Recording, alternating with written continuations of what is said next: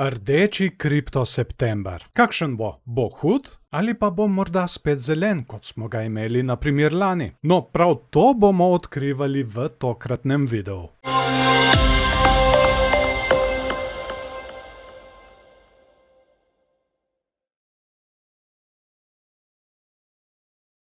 In smo na dnevnem grafu, imamo Bitcoin napram dolarju in kar si bomo najprej pogledali je lanski september, ki je bil sicer zelen, ampak ni bilo neke tako zelo velike rasti.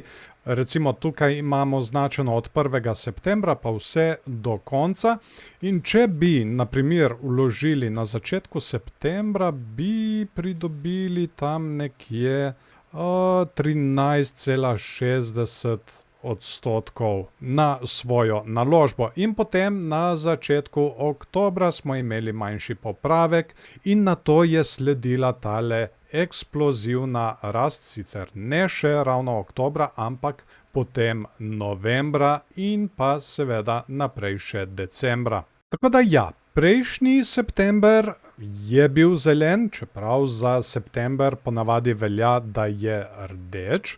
Kako zdaj kaže tokrat za tale september? In ja, kar mi tukaj malček ni všeč, je tale dvojni vrh, ki smo ga naredili. To je medvedji vzorec in tukaj spodaj imamo neckline mejo. Mi smo tole neckline mejo izgubili in zdaj jo testiramo kot odporno mejo. Kar bo treba malo paziti, tudi zaradi tega, ker smo zdaj naredili skrito medvedjo divergenco. Tukaj imamo vrh in pa vrh na nekje isti višini, čeprav moramo tale vrh tukaj še potrditi, ker se komaj stikamo s tole mejo, medtem ko pri gibanju cene pa smo naredili vrh in pa nižji vrh. Ampak, poudarjam ponovno, ta vrh tukaj moramo mi še potrditi.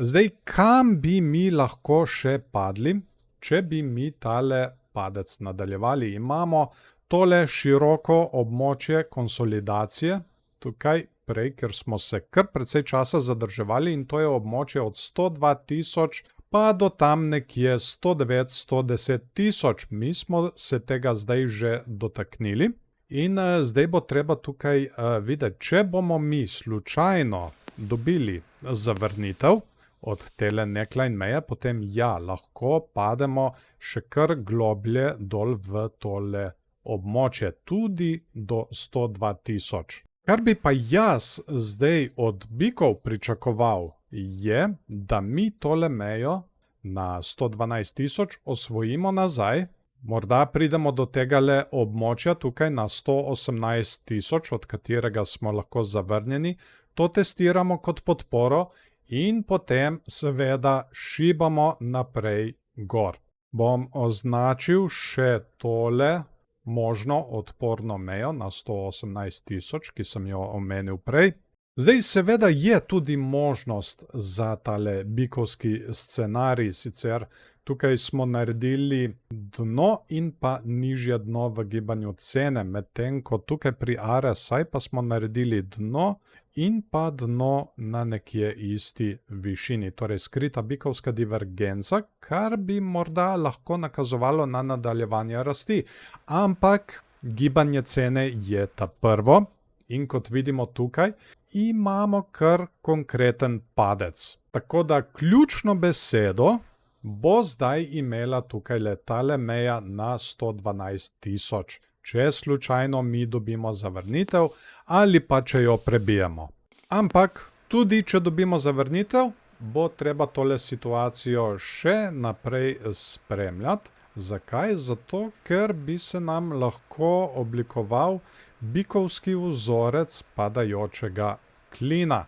Seveda, če imamo tukaj le vrh. In tudi glede na ta vzorec, če slučajno gremo testirati njegovo spodnjo mejo, ja, bi lahko padli tam nekje do 104-102.000.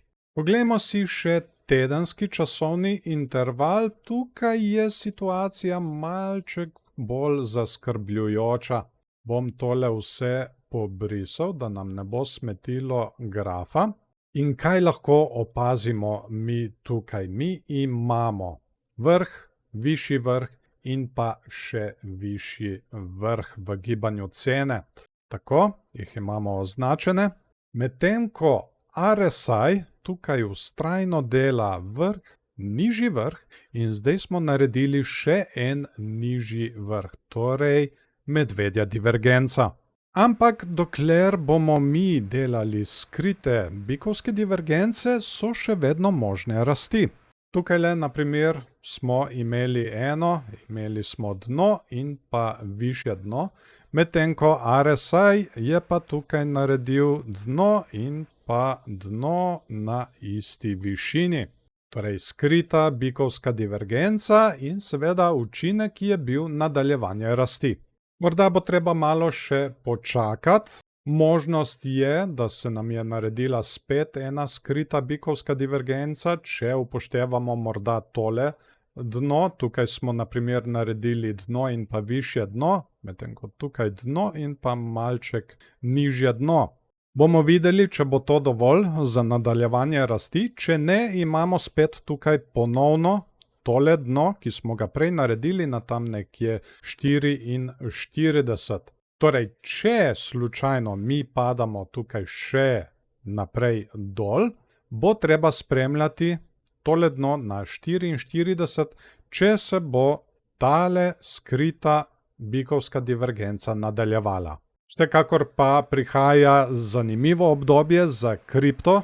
Zanimivi meseci so pred nami, tako da ne se pozabiti naročiti na kanal, da ne boste zamudili kakšnega videa.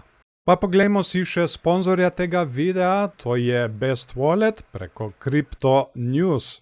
Če morda iščete primerno denarnico za svoj kripto, bi lahko bil Best Wallet odgovor na vsa vaša vprašanja.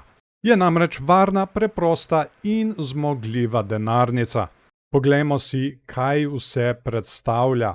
Je popolnoma non-custodial in multi-chain denarnica, je brez KYC in ohrani tvojo zasebnost. Podpira ogromno verig, Ethereum, BNB, Polygon in seveda tudi ostale. Kupuješ in prodajaš lahko kripto s fiat preko 20 ponudnikov. Poleg tega lahko slediš tudi ključnim pre-sale projektom z vsemi ključnimi podatki na enem mestu. Na voljo imaš tudi upravljanje portfelja, swape, pošiljanje, prejemanje in še več. Vgrajen je tudi DEX agregator s podporo 50 plus verig in 200 plus DEX-ov. In seveda pripravlja se tudi kriptokartica z do 8% cashback nagradami. Preko linka spodaj v opisu in pri 5. komentarju si lahko ogledate več. Kot smo lahko videli tudi tukaj odzgoraj, je kar precej znanih imen za njimi, recimo Bitcoinist, Money, NewsBTC, New York Post, Crypto News, Cointelegraph, Business Insider, Bitcoin.com, Forbes in tako dalje. Poleg tega pa imajo opravljen tudi audit preko Certika.